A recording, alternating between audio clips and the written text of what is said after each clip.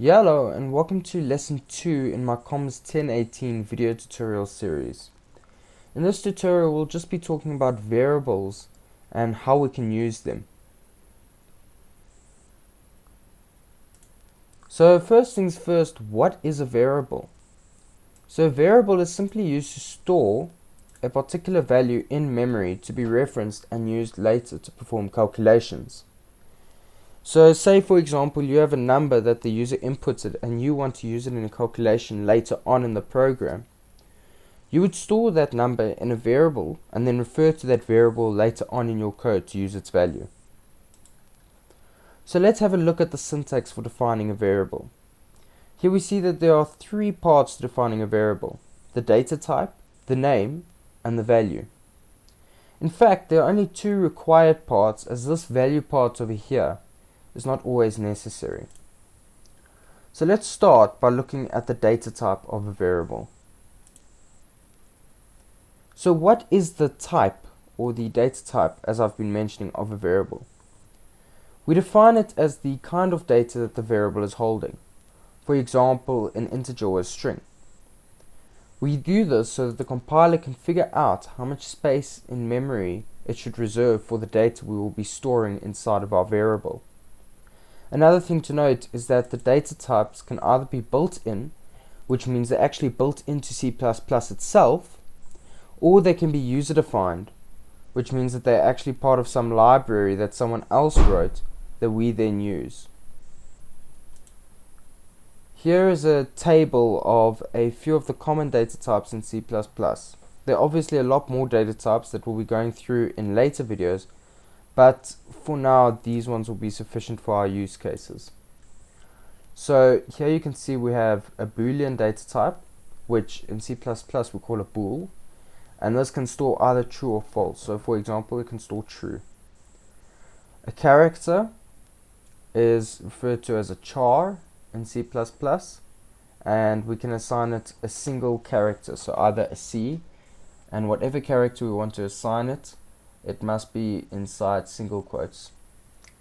Then we get an integer data type, which in C++ is called an int, and for example these are any whole numbers, so we can assign it with any whole number like 42.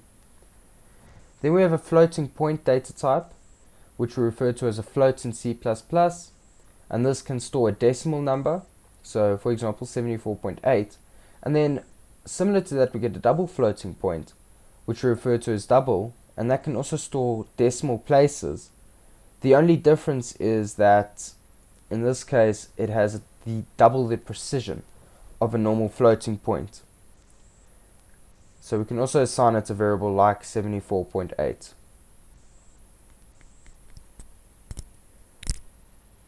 Then finally we get a string, and we refer to it as a string, all in lowercase in C++, and an example value is any sort of text inside double quotes, so for example hello in double quotes here. And just take note that a string is not a built-in data type. It's included as part of the standard library and is so widely used that you can almost treat it as a built-in data type, with a few extra include directives which we'll go through just now. Then we'll next move on to the actual name of the variable. So what is the name of a variable? Essentially it's a series of one or more letters, digits or underscores which are used to refer to the variable in code. If we think about what a variable is, it allows us to basically store a value in memory that we can refer to later in our code. In order to refer to this variable though, it needs a name that we can use when we want to use that variable in our code. So there are a few rules around variable names in C++. The first rule is that we cannot use a reserved keyword for a variable name. This means we cannot call a variable int or return or any other name that already has some significance in C++. Our variable names can also only contain letters, digits and underscores. You can't use any spaces or any other special characters, as this would break the C++ syntax. Also remember that we cannot start any variable name with a digit.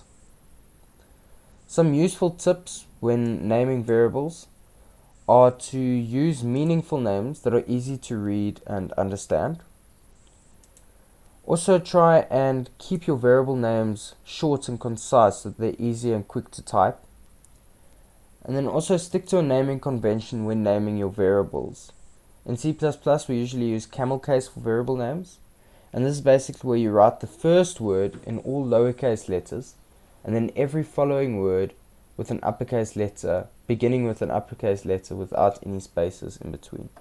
So here you can see our first word is all lowercase, and then the word that follows starts with an uppercase letter and then is all lowercase. Finally, let's take a look at the value part of the declaration of a variable. So note that the assignment of a variable at declaration is completely optional. It can take place either at declaration or afterwards, somewhere in your code. Also, take note that the equal sign in C++ means take whatever the value on the right is and place it in the variable on the left. So when we assign, and then also when we assign values to variables, make sure that their data types match in order to prevent any possible errors from occurring. So let's just go through a few examples of variable declarations so that we can just get comfortable with the syntax required to use them. So in this first example, we'll just look at declaring some variable and assigning it with a value as soon as we declare it. So in this case, we can see we are declaring an integer variable because of this int over here. The int tells the compiler to reserve enough space to store an integer value in memory. We then call this variable x. This means that if we want to refer to the variable later in our code, we must use x.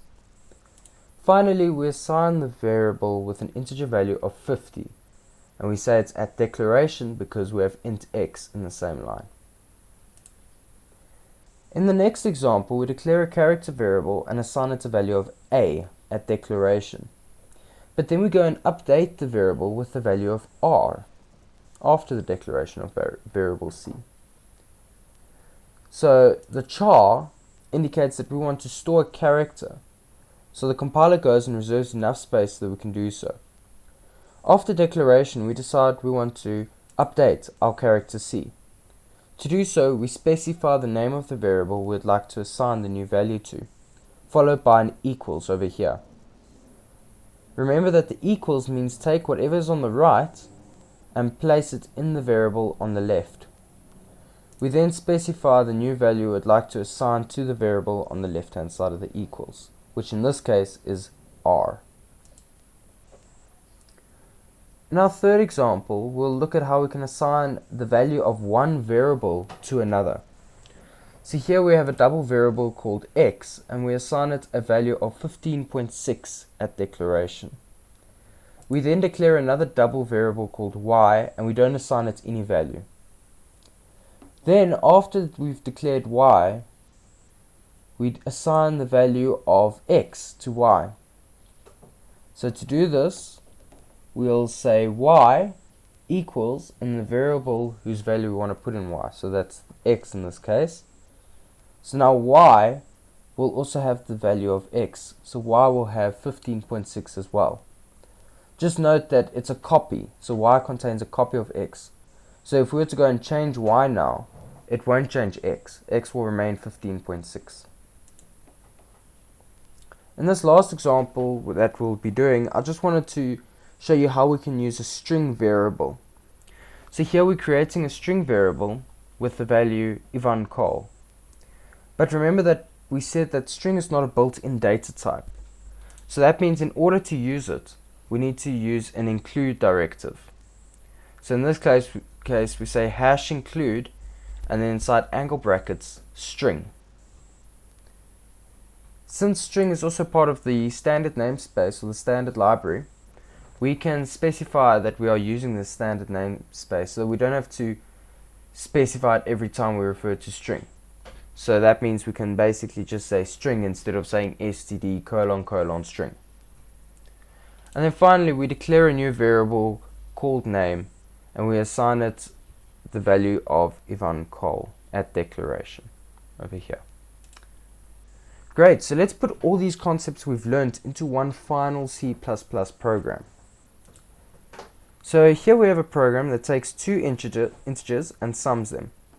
You can see we are creating two integer variables called x and y. We then assign values to these variables using cin, which is part of the standard library and allows us to input data. Don't worry about it too much now. There are some catches to using it that we'll address in the next video. Just know that we're using them to input two integer values for now.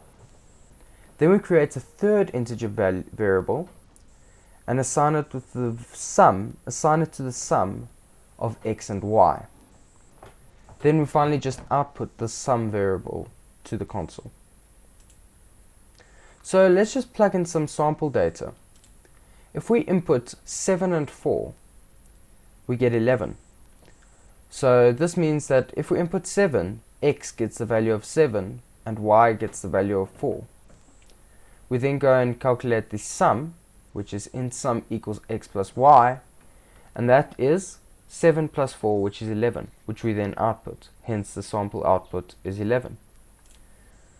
Let's try a different data. Let's try -3 and -2. So if we input -3 and -2, this means that x becomes -3 and y is -2. We then go and calculate the sum and assign it to the variable sum. So sum is equal to x plus y, which is equal to -3 plus -2, which is equal to -5, which we then output. So that's all for this video on variables. There are some more advanced aspects of variables that we did not cover, but don't worry about those for now, as we'll cover them later. I hope this video clarified a few things and was also helpful. And in the next video, we'll be going over inputting data from the console.